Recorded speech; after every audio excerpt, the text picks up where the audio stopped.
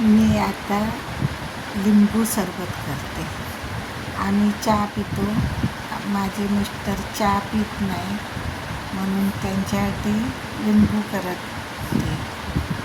लिंबू करायला गेले, मग आधी केस बांधून घेतली आणि मोठ्या सुनांनी मठातून गुलाबाचं फूल आणलं होतं स्वामी समर्थांच्या. त्यांचा आशीर्वाद असतो त्या फुलामध्ये. ते पहिलं मी केसामध्ये लावून घेतलं आणि मग मी हात धुवून घेतले, कारण मला लिंबू सरबत करायचे होते म्हणून मग मी हात क्लीन करून घेतले. केसाला लावलेले हात चांगले नसतात ना, सरबत बनवायचं त्याच हाताने ते चांगलं नसतं म्हणून हात क्लीन करून घेतले. लिंबू धुवून घेतला आणि मी दाखवते म्हणजे उभा लिंबू कापला की त्याच्यामध्ये ज्यूस भरपूर निघत नाही, थोड्या प्रमाणात असतो, म्हणून आडवा लिंबू कापायचा म्हणजे भरपूर ज्यूस येतो.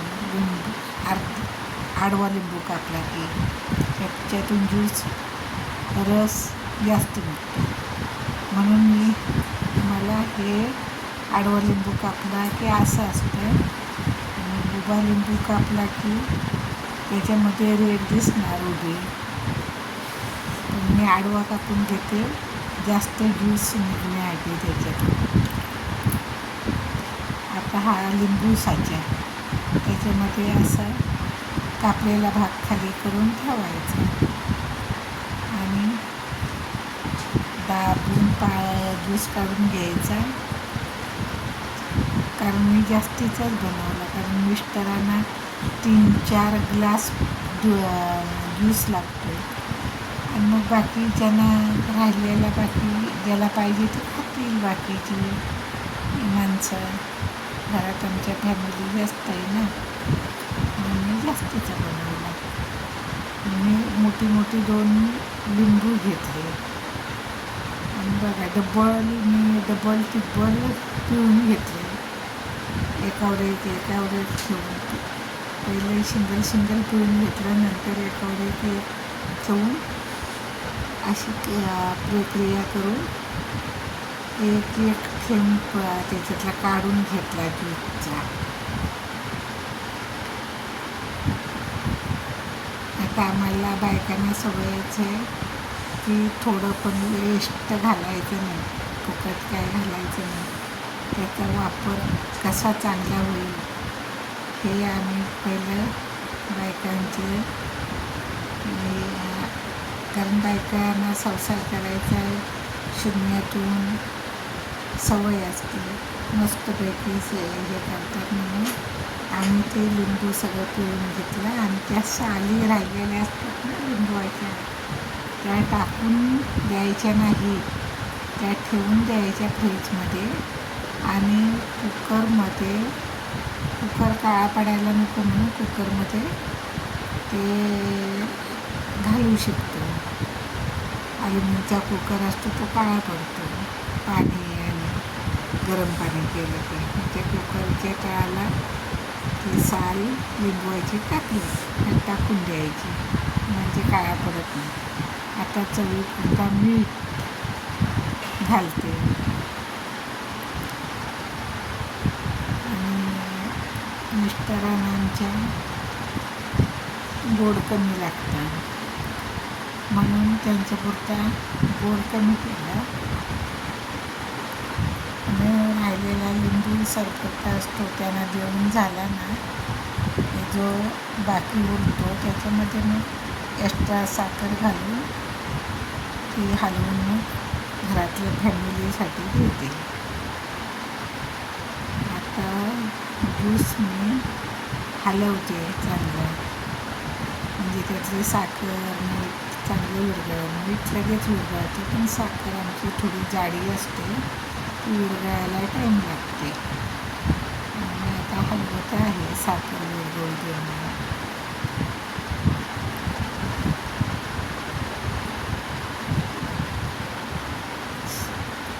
साखर विरघळून झाली की ग्लास घ्यायचे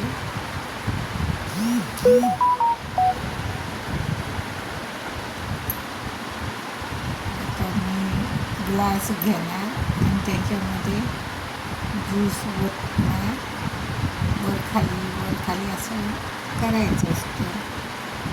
म्हणजे चांगलं एक जीव होतो सरबत. आता ही साखर विरघळलेली आहे. आता मी ग्लास घेतला, ग्लासातून परत मी त्या जगमध्ये टाकला, परत घेतला, परत जगमध्ये टाकला. म्हणजे कसं मिक्स चांगलं होतं वर खाली केलं की. आता मी या सरबत घ्यायला या, थंडगार गारगार लिंबू सरबत घ्यायला या. आता मी चालली मिस्टरांना लिंबू सरबत घ्यायला. आता आमच्या घरात एक छोटी बच्चे कंपनी तशी मस्ती चालू आहे. हे दोघे भाऊ, मोठा भाऊ छोट्या बाळाला खेळवतो, जादू करून दाखवतो वरती कपडा घालून भांड्यावर.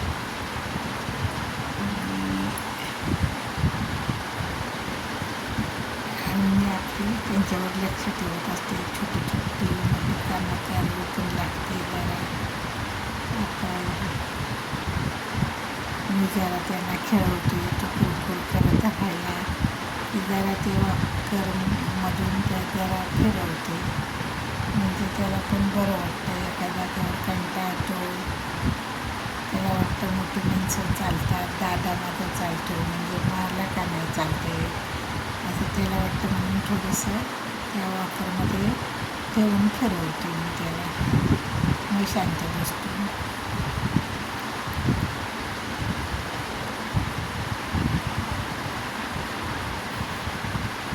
आता ही